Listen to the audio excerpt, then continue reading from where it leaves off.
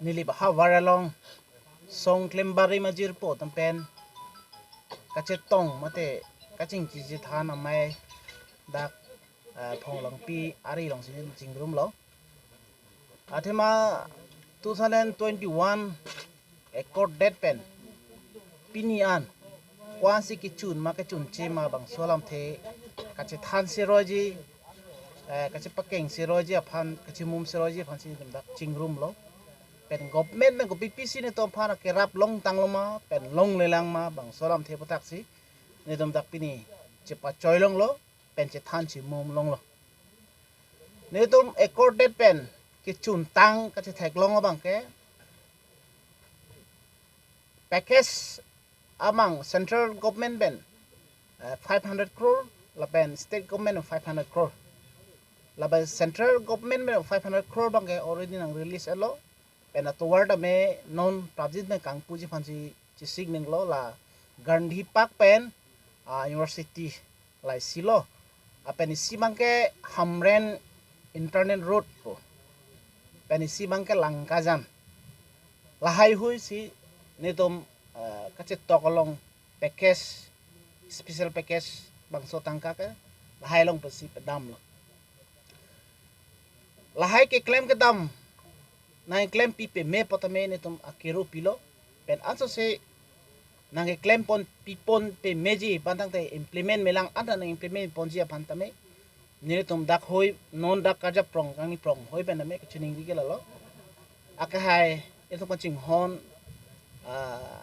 CM sir Dr. Turiam Lang Hang lapen itu paching hon MP Omor Singh Tiso alang tum kedam tan cheram bom lo tema pen non ta merang tum lang cheram bom ji tining thelo la 125 amendment bang Prabjin pen na implement pipo posi ni tum ning chithelo penon kes ki jut jelang tum dolang pen ki jut pen la ki jut jelang tum an me prabjin pen apa juji phantame neli tum hoi pen chuning rilo la pen ki dam tang on ka cha songolong ki thi matiara tum kumane atum ke pahe menang lo kumane tum padang nirang lo jula bangso ki thi tang atum ni tum long cha so pelong na thi atum hal tumang compensation labang sobang prabjin pen state sorokar pen pipon po posi ni tum phanani si chief minister pen menang pudun lo si non bangso ache klong bong un pote lang tum nang pidaje phase no ka sing lo silahai long po pen pleng po posi tum ning che the pen ni tum dak ni liberat nabana ni liblong ke do ni tum song klem barib tum aname non puta eklai vet si dolang pen kengkam siveti monon pita che jor bom je posi nili ning che the pen nili kroid up anhela hana kiro pilo pini ne tum maso nilip along nilip contingency along ne tum che song pet akorte abarim tum kadu an pen ne tum pese chingki che thana mai long ne tum akorte ne pele dono pot kiro pi perfect lo lalo pini ne tum labang so amai ne tum pe thik pon ang ko lalo ne tum non ke ekor dead pen 2021 September 4 ani ekor dead pen pinian ke ningkan phole kai kai lo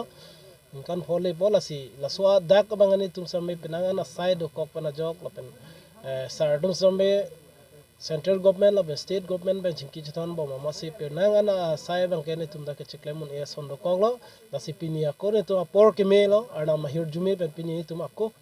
aprang prang ke klem korte tumen chetong ngong pen inili tum MOS ke chetok ka tang ki chun che ko anle dam de ma lam pini chingki che thanong lata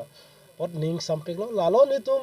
kai kes tam ni tum 400 so se ni tum kepelti r along a cadres officer do an pen ni tum kai ke tai klai pet si dola la pen ni tum lalo ni tum han konama ni tum han ni tum akimang la pen ni tum ka chetok ka tang ki pachun ateng kona si niltum ha RDP ma niltum lai clivel ala niltum mong se RDP po tasi kadoga mi bana central government la pen state government la pe elisum karbeng lo autonomous council bana chuning ri lo 125 amendment bill tame prabjin pe to ham pichun ponangji la pen ni tum song of hans tame political rehab bang ni tum han pi ponangji posi ni pini bangso ni tum chingruma mai ben same ni tum KPRT al hoi pen ni to welfare society pen tame chuning ri pon si ancol ne tum ke bangji ke mang pon mane lalo ne tum akiders aphan ni tum chelang nang lang lapen 125th amendment bill jong se li tum han implemented lo polote ni tum handa political rehab pang nang ji lapen ni tum ta akiders chelang nang ji lapen penang an ni tum west is along da ni tum akiders do pasi halloween lapen penang an song akiders to mange our saika ve do pik chijun su me la se hala hayan ta ni tum chelang pon aja kong ni pipo nang ji pasi chuning li la na tum song pen apson politisa tum apan kacharap dun apson do man lalo ni tumke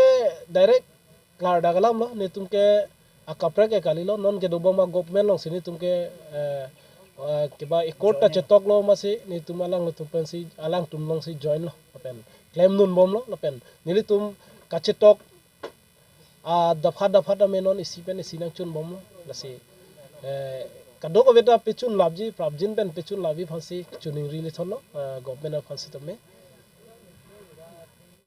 kelong at se dolo mane bang lason account problem pola 1 month pending mane 3 months laso pot pending lason son do same nili tum long list kelong an check kelong an ye sok kelong lap se